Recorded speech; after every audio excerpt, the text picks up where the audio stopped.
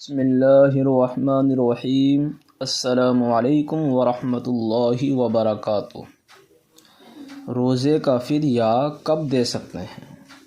تو علماء فرماتے ہیں جو شخص ایسا بوڑھا ہو گیا ہو کہ روزہ رکھنے کی طاقت نہ رہی ہو اور یہ امید بھی نہیں کہ مستقبل میں آئندہ روزے کی قضا کر سکے گا، یا ایسا بیمار ہو کہ روزہ رکھنے کی طاقت نہیں رہی اور اب اچھا ہونے کی بھی امید نہیں ہے، تو ایسی حالت میں روزے کا فدیہ دے دے، یعنی ہر روزے کے بدلے میں 2.25 کلو گیہوں یا اس کی قیمت یا بقدر قیمت کپڑے یا دینی کتابیں مستحق کو عطا فرما دی جائیں۔